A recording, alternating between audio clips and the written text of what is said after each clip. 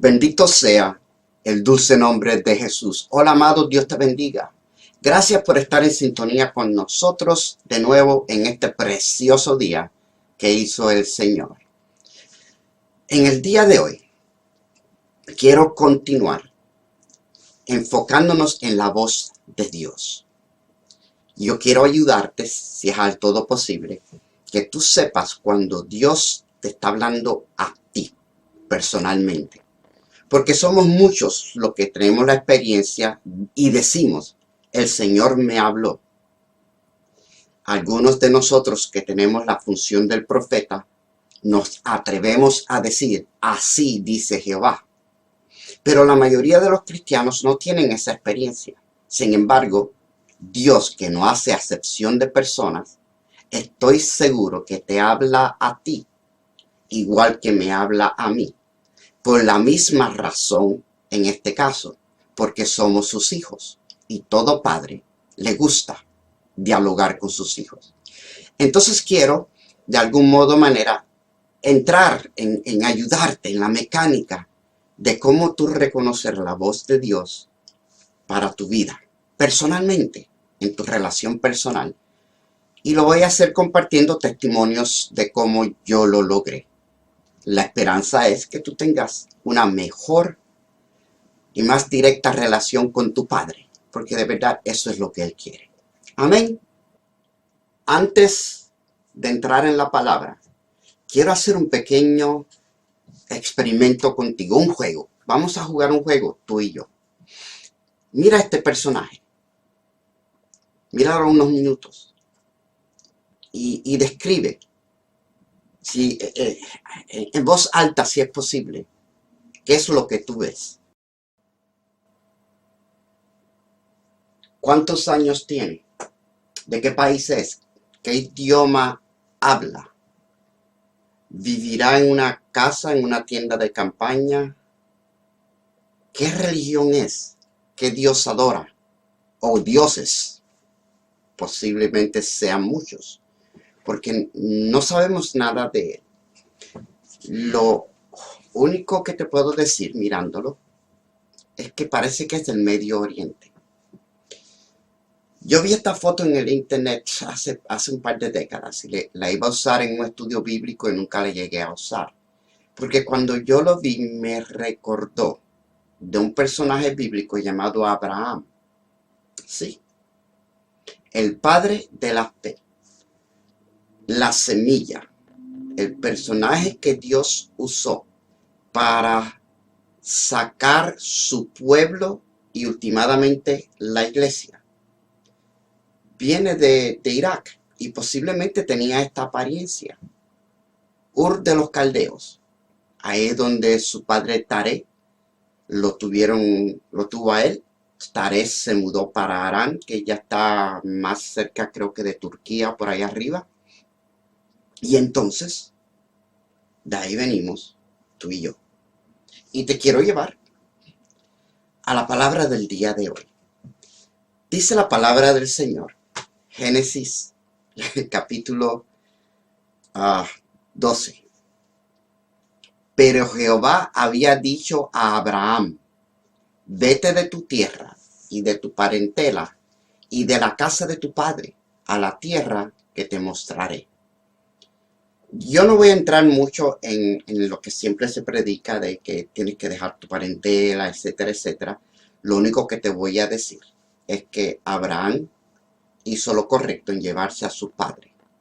Por mucho que Dios te hable, el Dios de la Biblia nunca te va a decir que abandones a tus seres queridos y los dejes a la deriva. Ese no es el Dios de la Biblia. Amén. Ahora, yo lo que quiero concentrar es en estas palabras. Abraham, Dios había dicho a Abraham, punto. Dios había dicho a Abraham. Ese es el principio de lo que se conoce como fe. Abraham, el padre de la fe. Vete de tu tierra, de tu parentela, a la tierra que yo te mostraré.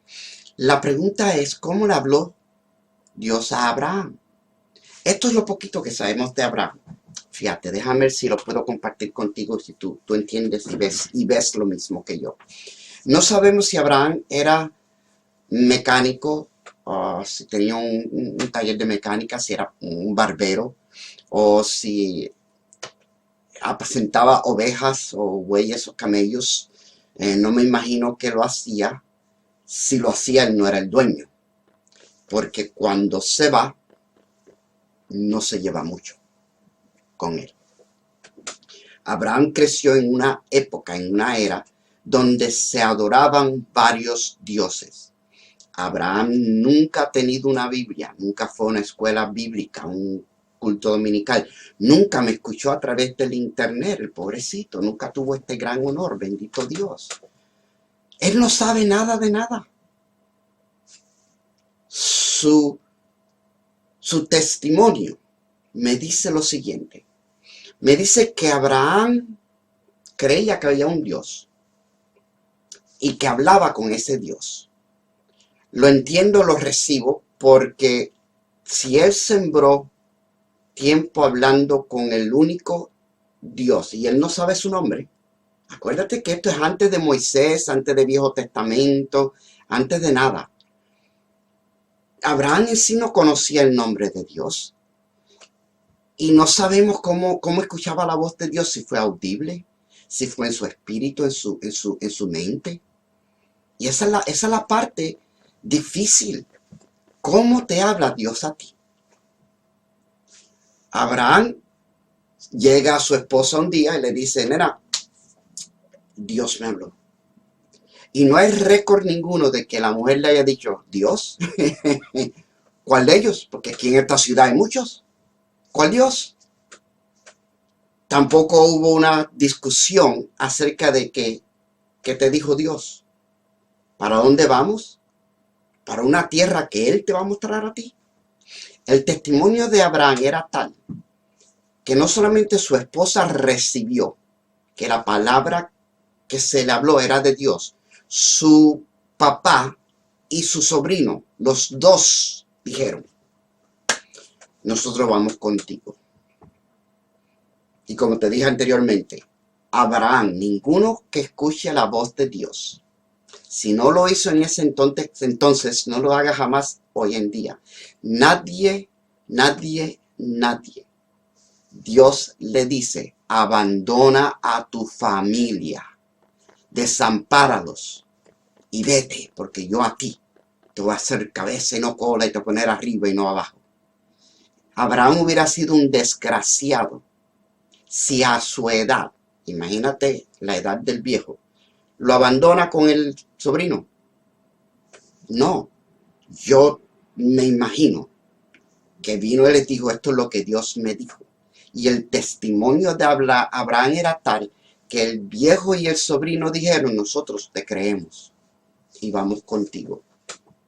Si lees la historia, el viejo murió en el camino, pero el sobrino llegó a ser un hombre pudiente y padre de naciones. Ahora volvemos al tema. ¿Cómo te habla Dios a ti? La primera vez que Dios me habló, déjame testificarte, desde que yo era niño, formulé el hábito de estar hablando con Dios. Yo siempre hablaba con Dios. No voy a entrar mucho en el testimonio, pero tiene que ver con la falta de un padre. Y yo me refugié en el otro que me decían en la escuela católica, que era mi padre. Y empecé a hablar con Dios. Y tuve una experiencia con el Espíritu Santo a muy temprana edad, como a los 7 años. Perfecto. Crezco. Me descarrío completamente, soy un hippie, fumo marihuana, nunca fui un criminal, no fui drogadicto. Fue un joven totalmente perdido. Punto. ¿Ok? Como hay tantos en el mundo, un muchacho decente, respetuoso con los ancianos, especialmente los de mi casa. Nada que ver. Pero perdido. Me convierto a Jesucristo. Lo acepto como Señor y Salvador. El día después que me convertí un domingo en la Universidad de Rutgers, New Brunswick, aquí en Nueva Jersey. Al otro día, ya sabía que tenía que ir al culto, me invitaron. Me habían regalado un Nuevo Testamento, un evangelio de San Juan, no el Nuevo Testamento, un evangelio de San Juan, el cual me puse una chaqueta, lo envolví, me lo metí en la manga porque no quería que si me encontraba con un amigo tener que explicar qué yo hacía con esto en la mano. Acuérdate, yo me convertí domingo. Antes de salir de la casa, se me ocurrió arrodillarme y orar. Y dije, Señor Jesús, yo voy en camino al fellowship. Así se llamaba el sitio donde nos congregábamos, que era una casa, era en sí una célula. Y yo me convertí en una iglesia de células en el 1975. Perfecto. Digo, yo voy en camino al fellowship. Permite que cuando yo salga ahora caminando, que no me encuentre con ninguno de mis amigos. Señor, yo no quiero ni parar en una luz, que cambie la luz a mi favor. Yo lo que quiero es llegar allí antes de que me arrepienta de ir. Porque ya tenía una confusión en mi espíritu. El simple hecho de que estaba orando y esperando respuesta, eso nada más era completamente fuera de lo normal para mí. ¿Ok? Perfecto. Eran como 17, 18 cuadras de donde yo vivía. Tenía que atravesar parte de North Bergen, todo Union City, bajar por un sitio que se llama el Aqueduct o el Viaduct para llegar a Hoboken, a la calle 10 y Park Avenue. En el camino, yo llego a la luz y me doy cuenta que la luz cambia. Cuando la luz no cambiaba, los carros hacían como en las películas. Y yo pasaba, vi a un grupo de amigos que venían caminando y pasé por ellos y me hice que no los veían, pero me di cuenta que ellos a mí no me vieron. Si me hubieran visto, me hubieran por lo menos saludado. Seguí caminando. Llego al viaducto y empiezo a preguntarle, porque me di cuenta que la oración funcionó. Y empecé a hablar con Dios y decirle, yo necesito saber quién de verdad es Jesús. ¿Por qué murió en la cruz? ¿Por qué tenía que ser una cruz? ¿Qué pasó después que murió? Un montón de preguntas empecé a hacerle acerca de Dios, del Cristo, de mí, de la fe cristiana, de lo que me habían enseñado en la escuela católica. Todo esto. Llego al fellowship. En camino al fellowship tuve un par de experiencias que yo considero angelicales. Yo voy caminando y como voy hablando con Dios y voy tan enfocado, me paso y voy como a cuadra y media, 2 cuadras, y un muchacho me grita al cruzar la calle, oye, mira, te pasaste, es para allá, es para allá. Yo puedo verlo. Si yo pudiera dibujar, yo te lo puedo dibujar porque yo todavía lo veo bien clarito. Bajito, parecía caribeño y me habló como boricua, como hablan los boricuas, es para allá. Yo lo miré, di la vuelta y regresé por el camino. Voy otra vez hablando con Dios, entretenido, y paso otra vez la puerta. Y hay un joven alto, flaco, tez bastante blanca, y me dice, no, mira, es allí, es allí. Yo estoy como a 8 pies de él, y dice, mira, es allí, es allí. Y me señala la puerta. Cuando yo miro la puerta, que voy a cruzar, alguien me dice, Roberto. Y cuando miro, era el muchacho que guió el van de la iglesia que nos llevó al culto el día anterior. Así que ya yo lo conocía, Randy. Randy me saluda, ¿cómo estás? Sí, mira, ven, vamos a entrar, entramos, perfecto. Ya el estudio bíblico comenzó. Aquellos 2 jóvenes, yo jamás y nunca los volví a ver. Ellos no eran del vecindario. Yo viví en esa comunidad cristiana por casi 2 años, predicando todos los días en la calle. Jamás y nunca volví a ver a aquellos 2 muchachos. No eran miembros de la iglesia. Cuando yo llegué a la iglesia, yo fui el primer latino en esa iglesia. Había habido otro que se había convertido, no hablaba español y en ese momento estaba descarriado. Y estos 2 muchachos no tenían nada, ni me conocían ni yo a ellos, ni tenían nada que ver con el fellowship. Pero Dios los usó, de algún modo o manera, se dieron cuenta que yo me pasé y me mandó para atrás y el otro me señaló la puerta. Yo todavía estoy convencido de que son ángeles, fueron ángeles, no seres humanos. Bendito sea el Señor. Bien, me siento en el estudio y el joven que está enseñando ese día se pone de pie, abre la Biblia y dice, abran su Biblia a Isaías 53. Y empezó leyendo Isaías 53, ¿quién ha creído a nuestro anuncio? Y sobre quién se ha manifestado el brazo de Jehová. Y empezó a contestarme mis preguntas, una por una, por una, por una, por una, por una, como si él hubiera estado escuchando la conversación que yo tuve con Dios en camino al fellowship. Y es la primera vez que verdaderamente recibí en mi espíritu que si yo hablaba con Dios, Él me contestaba todas mis preguntas. Yo todavía no conocía el precioso versículo, clama a mí y yo te responderé, y te enseñaré cosas grandes y ocultas que tú no conoces. Ese versículo no habla de que Dios contesta la oración. Él la contesta, obvio, ¿no? Si no, ni siquiera estuviéramos aquí. Jesús mismo dijo, pide y se te dará, abre y se te abrirá, busca y hallarás. Pero ese versículo que yo te acabo de leer, clama a mí y yo te responderé y te enseñaré. Eso es un versículo acerca de relación. La relación con Dios que lleva a tu poder escuchar y discernir su voz.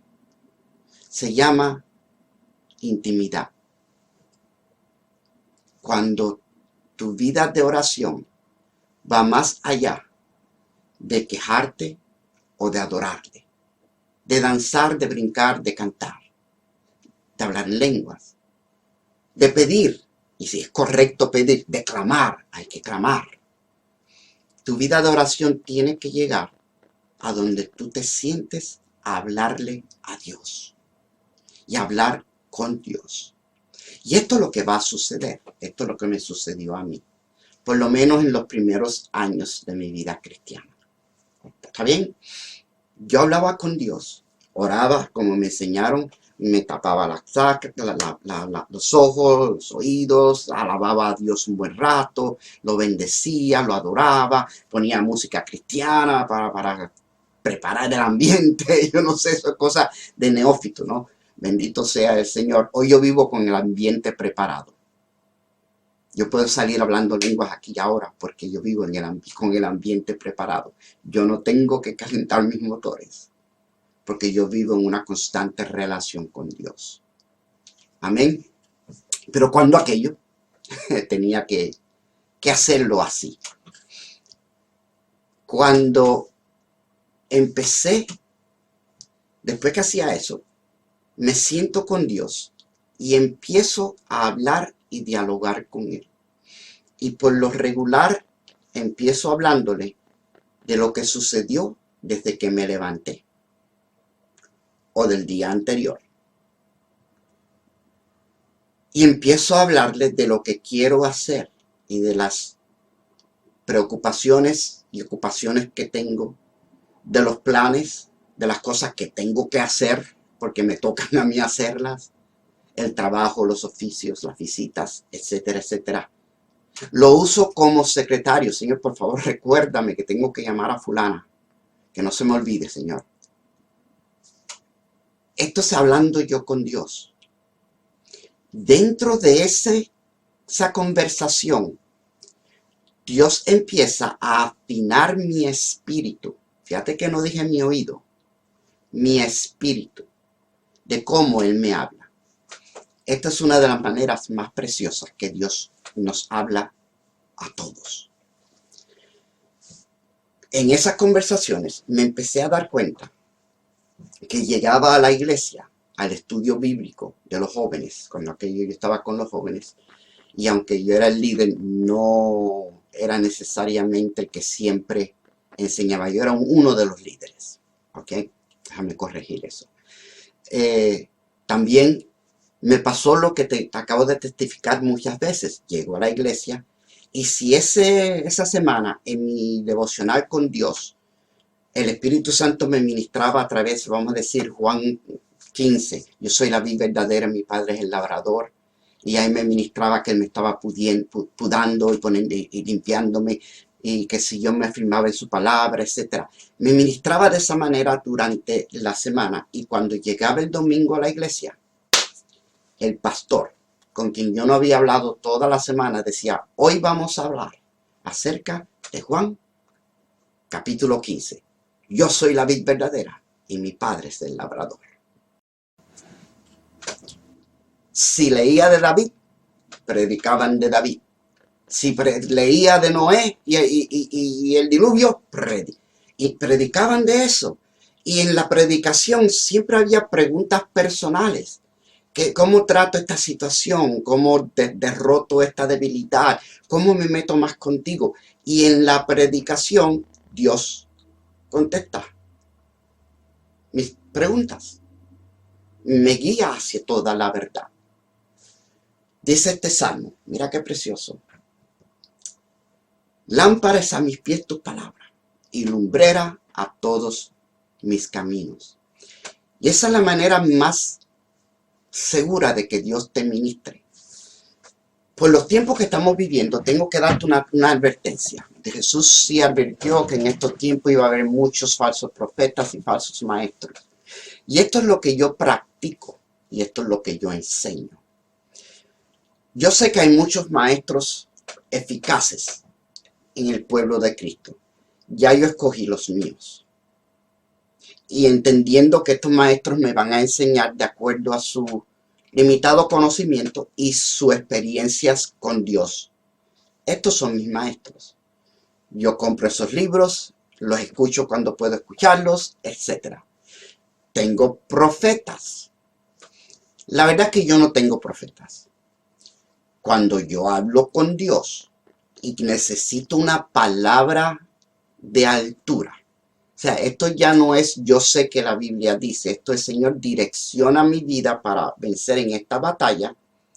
Yo estoy abierto a que Dios lo haga con su palabra, con un predicador, con una llamada telefónica, con consejería, con ministros competentes, escuchando hasta himnos y canciones, testimonios de otros, o que me envíe un profeta. Como Dios sabe quién yo soy y cómo yo soy, y yo sé que Dios sabe quién yo soy y cómo yo soy, a mí no me puede profetizar todo el mundo. Hay muchos que están en las redes sociales, gente de renombre, los escucho, los admiro, me gozo en su ministerio, mucho más en la enseñanza que en el don profético para hacerte real. Pero si Dios me va a enviar profeta, Él sabe los profetas que yo voy a aceptar.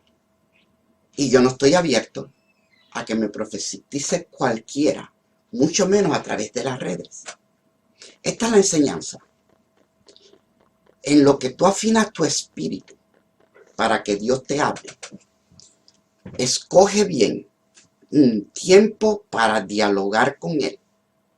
Y entonces te vas a dar cuenta quiénes son los pastores, los maestros, los predicadores, los profetas que Dios usa para hablarte, para ministrarte, para contestar tus preguntas, para direccionarte hacia la dimensión espiritual a la cual tú quieres llegar y la cual Él quiere que tú llegues. Y cuando tú tengas esos maestros, quédate ahí. Quédate ahí. Esa es tu esfera de crecimiento.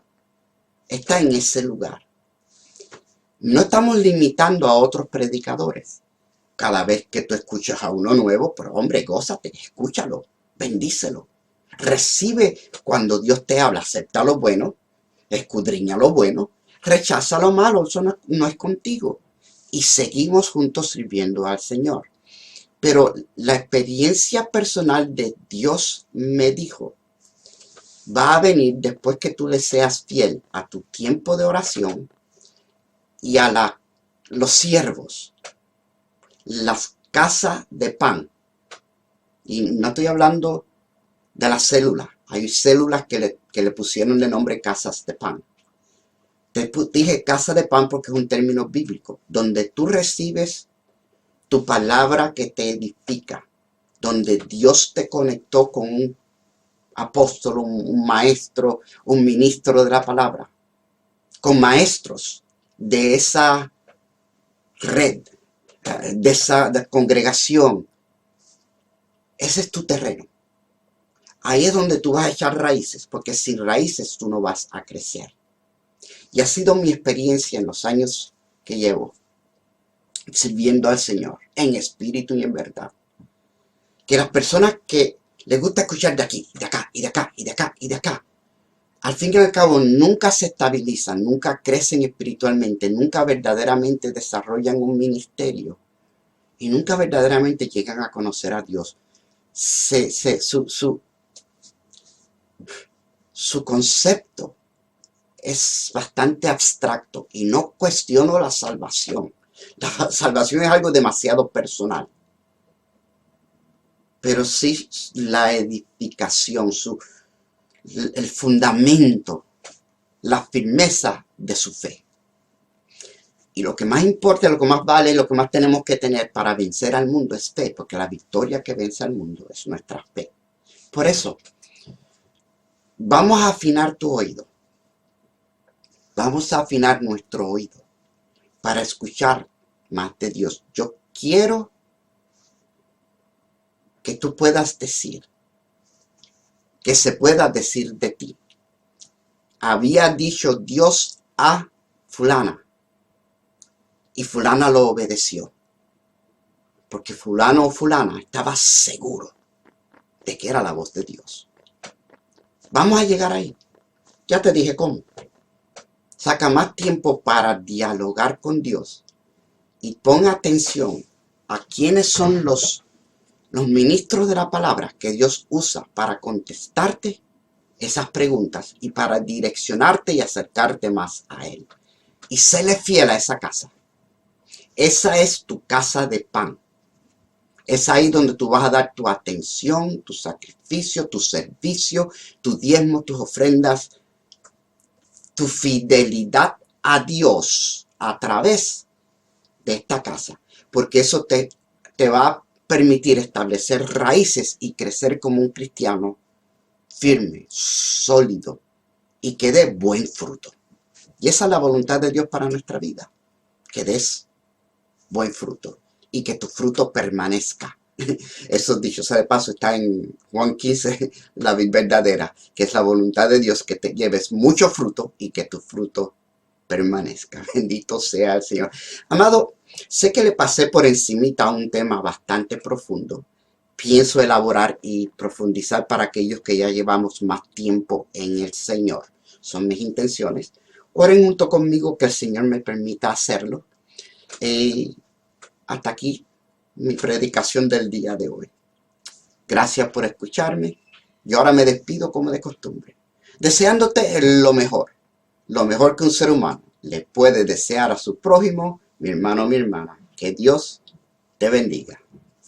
Chao.